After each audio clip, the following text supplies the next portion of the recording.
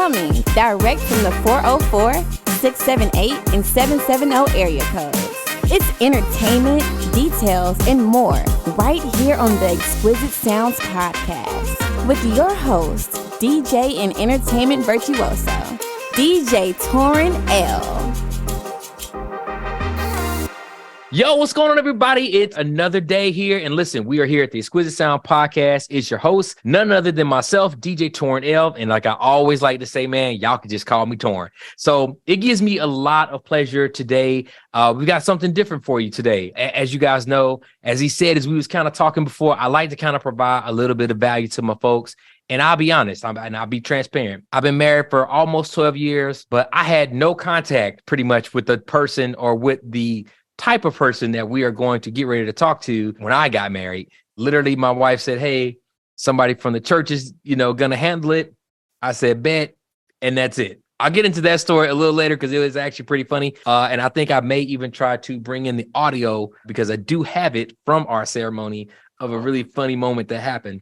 So I may drop that in here. But listen, without further ado, ladies and gentlemen, I want to welcome to the podcast right now. It's Weddings by Trey, Mr. Trey Hunter, right? I believe of Marietta, Georgia. Is that right? Yes, sir. That's absolutely right. That's right, man. Yes, so let's clap it up. Give him a round of applause, everybody. Yeah, we're ready. We're excited. Well, what's up, Trey, man? It's good to see you again, man. I see you. I will say I see you on Instagram probably more than I do in person. You know what I'm saying? Yes, sir. Yes, but I know the times that I have seen you in person, man, I was like, yo, I like this dude. He's really sharp. And I've only known a few officiants in my day since I've been doing this that were male, right? B, that were African-American. And probably say C, as well dressed as you are usually. Oh, so yeah, man, I gotta give it to you. I gotta give it to you, man. But man, welcome to the show, man. How you doing? Man, I appreciate that, man. Again, everything is everything. And first and foremost, I wanted to say I really, really appreciate you for having me on your platform, man. Like, this is a huge honor. Like, I feel like I'm on my way to making it. Like, I'm on man, you already there, bro. You already there. Podcast. What? That's huge. You already there. But other than that, yeah, man, can't complain. Just staying busy, keeping my head down. Doing what I feel like I do best. And I also wanted to say congratulations on your 12 years, man. I wanted to give you your flowers while I can because, in this space, especially in this day and age, I feel like we don't see longevity in marriages and relationships the way that we used to. And so, listen, man, whenever I kind of see that in person and see what that looks like, I always try to celebrate that at least in some small way and give you your flowers, appreciate it, man. When I can, because we know, marriages, it can be a tough thing sometimes, right? It has journey of love, brother. Lefts and rights. But I think to be able to still commit to that, practice that longevity and to, continue on with your person speaks a lot about not only just who the two of you are, but who each of you are as individuals, and it takes a level of resilience, strength, and the list goes on to practice such longevity. So, man, huge shout out to you for that. Hey, man, appreciate it, man. It's a work in progress every day. Absolutely. Yes, sir. Yeah, man, that's what's up, man. So Trey, tell me, man, I remember you telling me you were from Marietta. If I'm not mistaken, you are like originally from Marietta. Is that right? Yes, sir. It's pretty much where I grew up most of my entire life, Marietta, Georgia. And if I'm not mistaken, is your father a minister? Is that right too? You got it. Absolutely. My dad was the reason why I officiate weddings. Like, he was the one that literally threw me to the wolves outside of my comfort zone against my will and introduced me to the wedding space. And 2 years later, 500 plus weddings later, wow. 2 podcast interviews later, I'm sitting in this seat right here having this conversation with you right now. Wow. So you've done 500 of these? Yeah.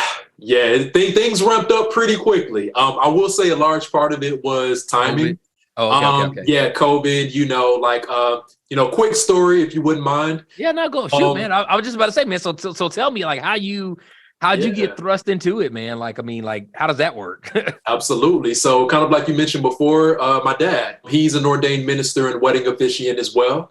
And you know how it is with fathers and sons, right? Like, our dads have this way of wanting us to be just like them and following their footsteps and do everything that they do, blah, blah, blah. No different here. Same is the case. Right. And, for years, man, like, my dad, I guess he saw something in me that I didn't see at the time that led him to believe that I would be pretty good at officiating weddings, right? My dad, he's been officiating weddings for, I think, going on 6 years now, so a little over 5 years or so. And for years, he would always try to get me and say, son, I think that this will be a great opportunity, right? You speak very well, and, you have this personality that I think people would resonate with. And for me, the answer was always, Dad, no.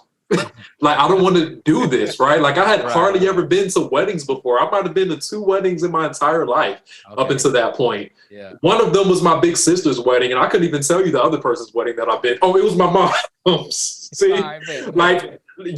crazy. It was my mom's wedding after, her and my dad. And so it just didn't feel like it was for me, right? It just it wasn't something that I had my antennas on. And, also at the time I was focused on my career. I was working at Apple at the time as a creative pro, which was a pretty cool job. It was really fun. I was working at Apple for 4 years. And what my role looked like as a creative pro was essentially I taught the classes, which was a form of public speaking, which was my introduction to public speaking, might I add, right? And so outside of Apple, I'm also a musician as well. So how I kind of tied that into what I was doing at Apple was I mainly taught the music and art classes there. And of course, I'm a huge believer in that every phase of life that we're in is perpetually preparing us for the next phase of life. Okay. And so if it wasn't for my experience there at Apple, I wouldn't even be doing what I'm doing now. But I'm moving too far ahead. So of course, COVID came around. That unfortunately messed things up for a lot of people, but also at the same time, it provided a lot of opportunities for people and things like that. And so fast forward to early 2021, when things were just starting to kind of lift back up from COVID. I was working at Apple from home at the time on the computer. And at the time, I was also living in Sandy Springs. I had an apartment out there. And on my lunch break, my dad stopped by to visit me because he had a wedding to officiate out in Sandy Springs. So he stopped by, and I think that this was his last ditch effort at trying to essentially persuade me to try it out, to try weddings out, right? And so by the time it was all said and done, I basically agreed to it just to shut him up. I'll be honest with you, right? And how that goes. Honestly, that's a nice way of putting it because he really volunteered me to officiate a wedding that he had coming up in 2 days, right? And at that time, I was as ill prepared as you could be to officiate a wedding, right? I wasn't ordained at the time. I had hardly ever, again, been to any weddings, so I really didn't even know how weddings went. Yeah, exactly. I'm pretty sure those other 2 weddings I've been to, I was probably asleep at one point. And man, I didn't even have a suit. Oh, wow.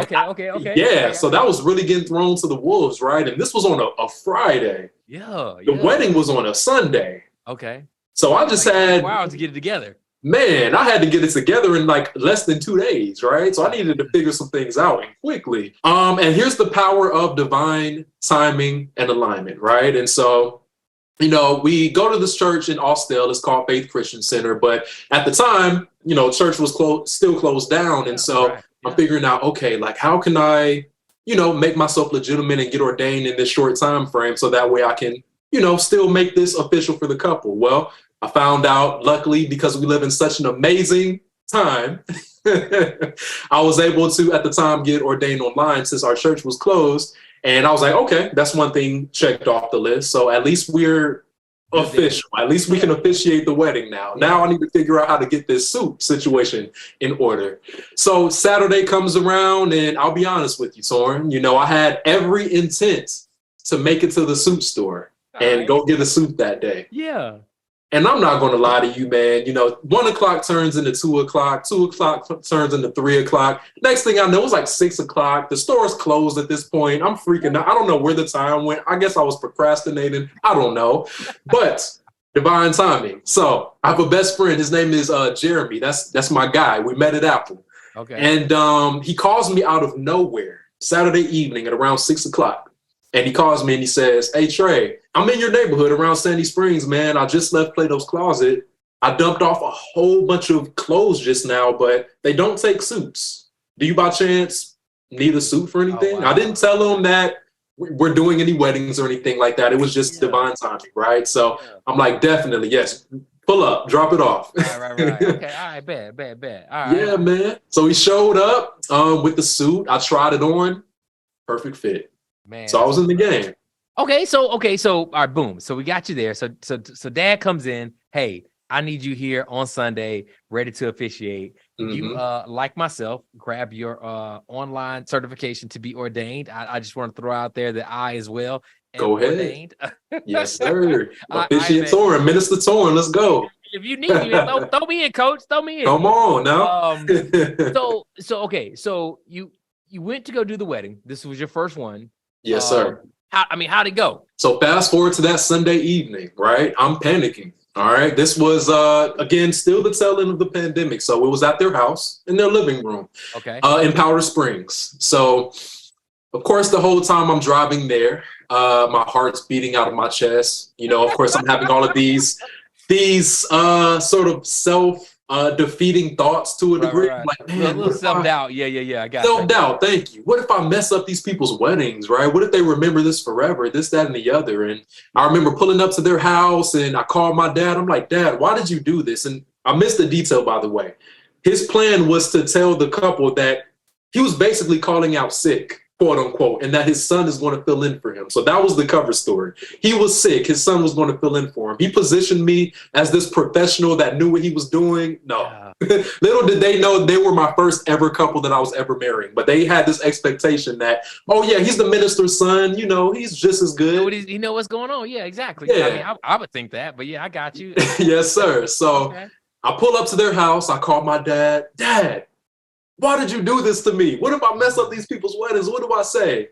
And, you know, he calmed me down. He reassured me, told me to pretty much, you know, stick to the script, but also be myself. And so we get off the phone. I take a deep breath. I build up the courage, get out of the car, walk up their driveway, knock on the door. First thing I hear, roof, roof. I hear this like, this dog that sounds like Cerberus, right? Just like a huge dog that I'm thinking, okay, if these people don't like me, they're feeding me to the dog. So I have to bring my A game. Right. So they answered the door. Dog was extremely friendly, jumped on me. That immediately disarmed me. So I was feeling pretty good at that point. And man, I walk into their house. They had gospel music playing. They had the music cranked up. Everybody was feeling good. Everybody was excited. There was just love in the air. Just the energy was 100% on point. Like I just felt like overflowed with just joy and energy.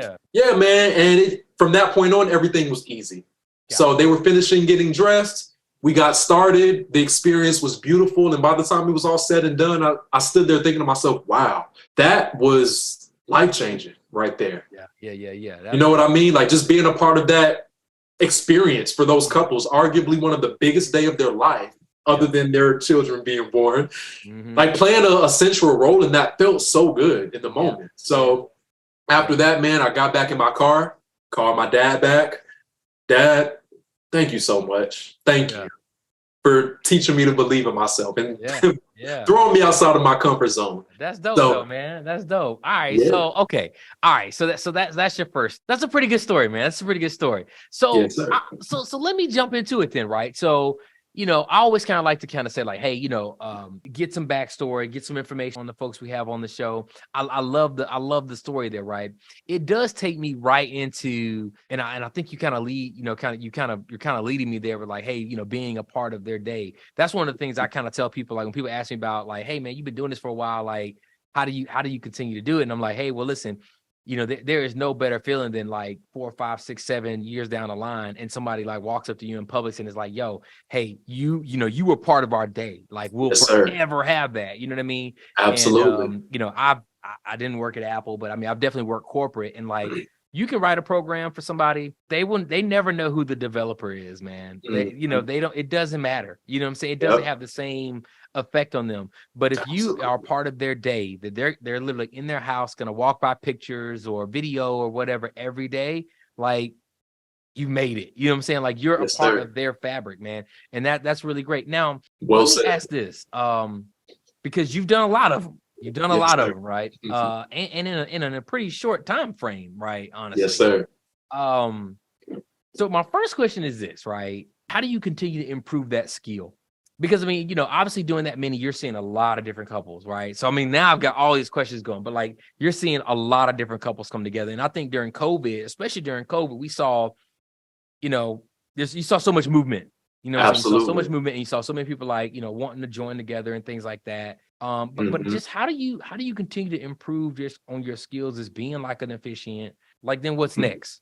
Right. Absolutely. Definitely. No, that's a really great question. And I might give you an answer that you and your viewers may or may not be expecting, right? Okay. All right. I invest in my writing ability, Okay. my reading and presentation ability, and my likability. And so I'll just kind of break those down, right? Because I think when a lot of people think of a wedding officiant, they just imagine somebody that's standing up there and reading a script, which is fine, right? But for me personally, I believe the biggest reason that clients love me is because I slow down and take the time to really get to know them and their love story. And where the writing piece of it comes in is really taking my time to make sure that I write a very captivating retelling of their love story. And so kind of what that process looks like is, you know, first we have our initial call, you know, break the ice, get to know them a little bit, get to know a little bit about how they met and what they've been through and all that good stuff. And depending on which service they prefer to continue with, we have one service called The Big Day, which is entirely personalized around their love story. And how we go about creating that experience is I would share a brief questionnaire with the couple that takes about 10 to 15 minutes or so to complete. But based on their questionnaire responses, it will paint a little bit more of a vivid picture of their relationship for me. And based on that, it will then allow me to write a very eloquently written ceremony script that really captures their love story. Okay. And so for me personally, in school, language arts was always beyond every other subject, my best subject, right? Your favorite subject? Yes, God, believe it or not. Now, when it comes to math and science, I don't know. I don't know about that, but I was always just naturally good at reading and writing. Language arts was it just came naturally to me. So I place a really huge priority on making sure that I'm taking extra time to select the right words when we're telling their story, right? To make sure that we incorporate as much imagery as possible. So that way for the people that are listening, I can decorate their mind and walk them through that love story where they can feel like they're witnessing it play before their very eyes, if that makes sense. Okay. And so, you know, as far as developing that skill, just practicing writing, right? Like as a natural byproduct, you get better at whatever it is that you do. For sure. The second piece of it is, I said, reading and presentation, basically public speaking. Anybody can get up there and read off of a script. That's the easy part. The part that's really going to set you apart as somebody who is up there telling a love story is the little things, your tone, your pace, how animated you are physically. I have this way of kind of like acting out what I'm saying in the moment, right? You have a couple named... You do, yeah. Yeah, you have a couple named Brian and Megan. They proposed at Disney World. I might say something like, as they approached the famous Disney castle, Brian rips off his fanny pack, gets down on one knee, and as he looks lovingly into Megan's eyes, he opens up this box and shows her the most extraordinary wedding ring that she has ever seen. Yeah.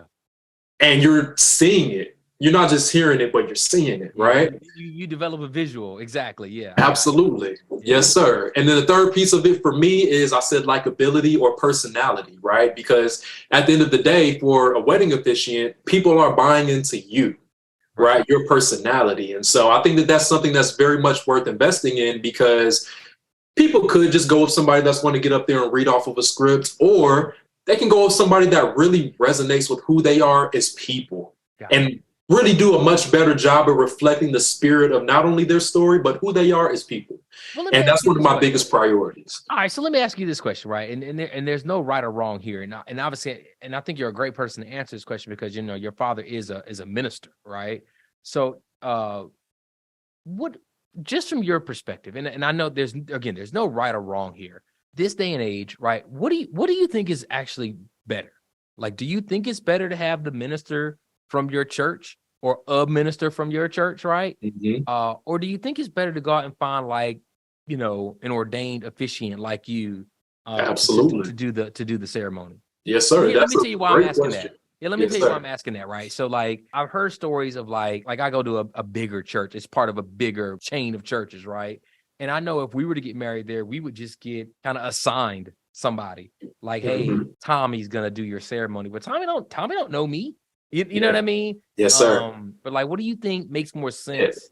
Absolutely. No, that's an amazing question. I'm glad that you asked that. And honestly, I'll say it really depends on your expectations, your values, and what kind of experience that you're looking for when you're getting married, because there's pros and cons to both, right? You know, if you feel that religion or your tradition, your values and things along those lines are a fundamental piece of your relationship and marriage, and you want to make sure that you're going through the church because that's what you believe is the right thing in your spirit to do, then by all means, I say do that, right? You know, whether or not you have a personal relationship with your minister or not, a lot of people would take that route because, hey, listen, at the end of the day, we just want to make sure that we're doing things in the eyes of the Lord, right? Like we don't necessarily need to have a personal relationship with the minister that's officiating our wedding. We are focused on our relationship with the Most High and each other, you know, and if that's sort of your perspective on it, then by all means, perhaps, you know, going through the church and having your local minister officiate your wedding might be the best thing. Right.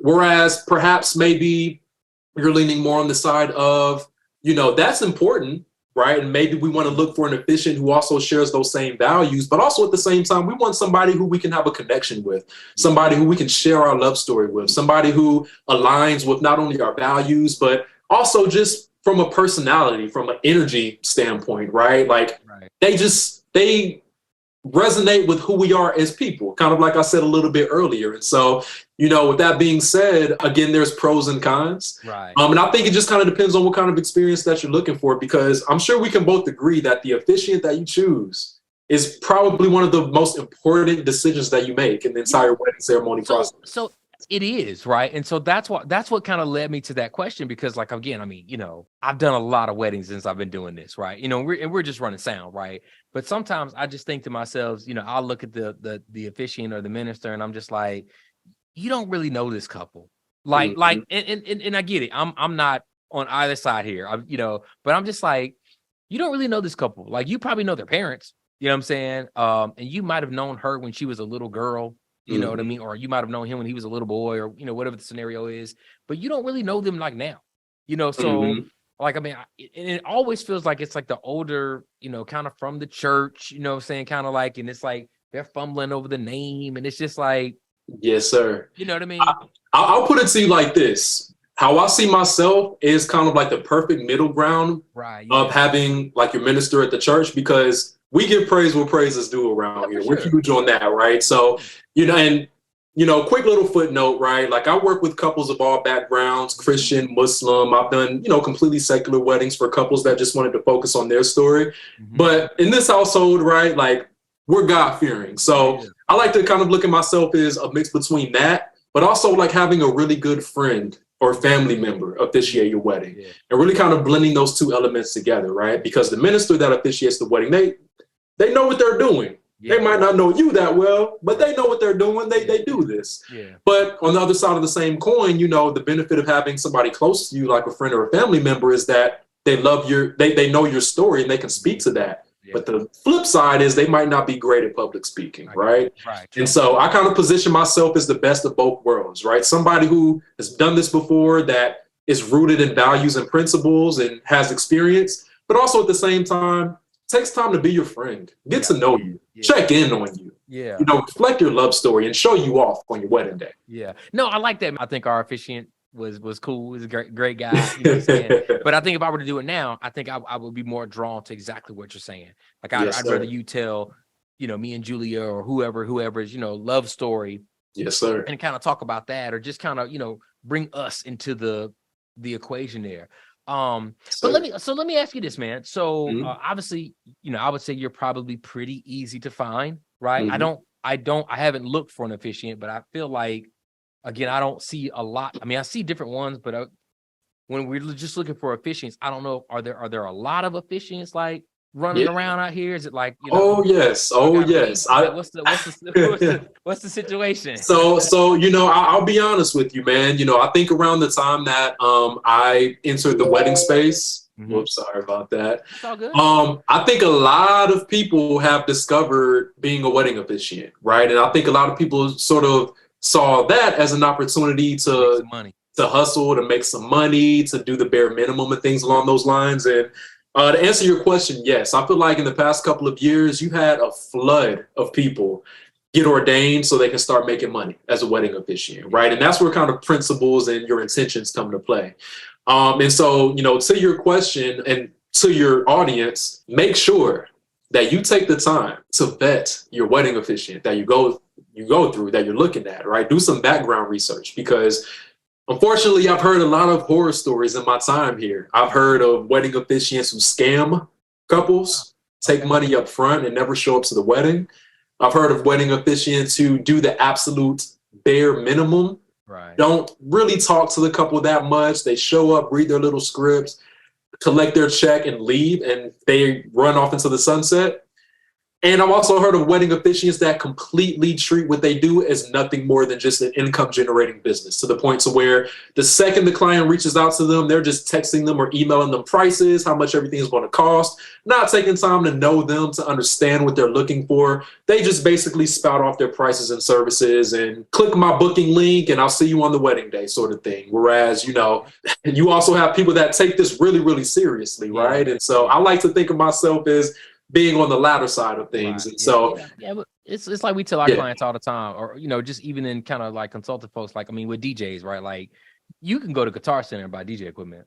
Yes, sir. And now with artificial intelligence, and even before then, you could spin up a website pretty fast, and say, hey, I'm DJ so and so, and let me do your wedding or let me do your event, Yes, sir. But yeah, that's a great point, man. That's a great point. Well, look, we're almost kind of on that latter side of the interview, but I got a quick little kind of a little game here I want to play, and then I'm gonna segue into a couple of questions for me, right? Yes, sir. So I'm gonna ask you a couple of questions real quick, and I just want you to give me boom what you think real quick, all right? Quick answer, right? Just all quick right, answer, right? Let's do it. Right, so here we go. Plugged or unplugged for the ceremony?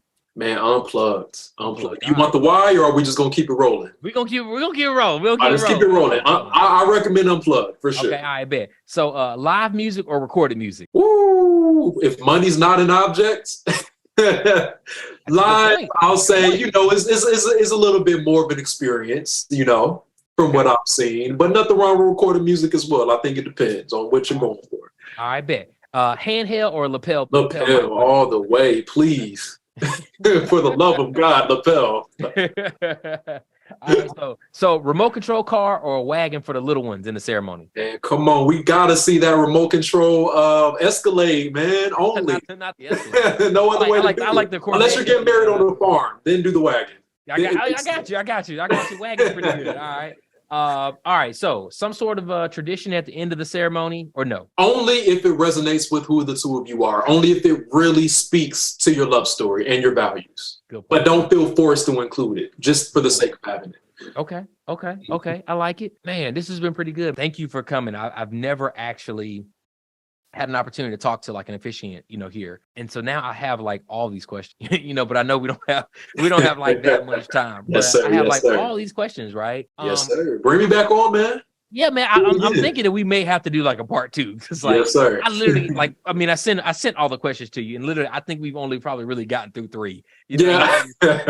Tell me this, right? So I think we kind of know, like, hey, like, and this is our perspective, right? Like, again, you do a lot of ceremonies where it's just a ceremony. Like I think, like, even today, you may be going to do something, it may be like in the park or a house or something like that. But yes, like, sir. I always feel like, because we don't typically do events like that, because typically, people just kind of, they don't need us, right? Yeah. But let's just say we're at like, a hotel or a venue or something like that. I've heard stories where like couples were like, hey, we don't want like amplification of sound. And I'm like, well, how are people going to hear your vows? Or how do people even hear like the officiant, right? Yeah. So like, is that something that you, depending on the venue, right, or the client, is that something that you talk to your clients about? Like, hey, like, need to make sure I have a microphone and I'm going to mic check it this time. Is that something that you guys even cover or it comes up? Not every time, but I think a fair amount of the time, yes. Okay. And, I think what determines whether or not that's even a part of the conversation, mainly I think is, for one, the venue location, right? Like based on the acoustics of the space, if we're indoors, outdoors, does it make sense to have amplification or not? And of course, how many people are there, right? Like if we're, getting married in a small space that's, I don't know if like 300 or 400 square feet warrants speakers or not, but, True. Like the logistics and things like that matter. But I think, for one, you want to be able to project your voice just in case. I mean, it's public speaking, right? Like you can't be scared to speak up to people, So whether or not you're going to have the benefit of amplification, if it's something that you're considering getting into, be very, very comfortable at saying it with your chest. Yeah. I like that. Yes, sir. I like that, man. So let me ask this, right? So again, I think, past couple of years, man, weddings and just, life has shifted, right? And I mean, I see this obviously from the DJ side because I feel like we have a pretty diverse team here. I feel like we do a pretty diverse body of work, just in my opinion, when I look at like who we serve and things like that. Yes, but sir. like, how do you, as an officiant, right? Like, how do you kind of balance like that, kind of like that traditional and kind of like, but traditional, but like personalization when it comes to people in their ceremony? No, that's a really great question. I'll try to be mindful of how long I spend answering that question. But, again, quick story just to kind of make the following answer make sense. Yeah. I come from a very unusual background when it comes to like religion and that sort of thing. I'll be completely honest, right? I have a dad who has a Christian background. He's a Southern boy from Raleigh, North Carolina, went to church every Sunday, and so did I. Yeah. But I also have a mother who's Muslim. Okay. Right. So I also grew up going to the mosque as well. And I'll say, even though going to the church and the mosque all in the same week as a kid was not fun at all. That's a lot. It did open up my worldview at a very early age. And it kind of exposed me to different cultures, different traditions, different backgrounds and walks of life and things along those lines. Okay. And so how that ties into the way that I officiate weddings today and sort of my style and philosophy is that I work with couples of all backgrounds, right? And kind of like a lot of us, during my teenage years, I kind of had this quest for the truth where I kind of like took a break from going to church and just kind of wanted to see what else was out there, right? Exploring spirituality and different religions and really just kind of trying to piece things together and make things make sense in my 16-year-old mind. Yeah. And I exposed myself to a lot. And so, of course, I work with Christian couples, Muslim, Buddhist, secular couples, and pretty much everything in between. And I think the reason why I'm able to do that is just I was lucky enough to kind of have a background that opened me up to an expanded worldview at a very early age. And so I'm able to relate to people from different walks of life on a personal level. Okay. No, that matters, man. I mean, I think that's part of what makes somebody successful on this side of things.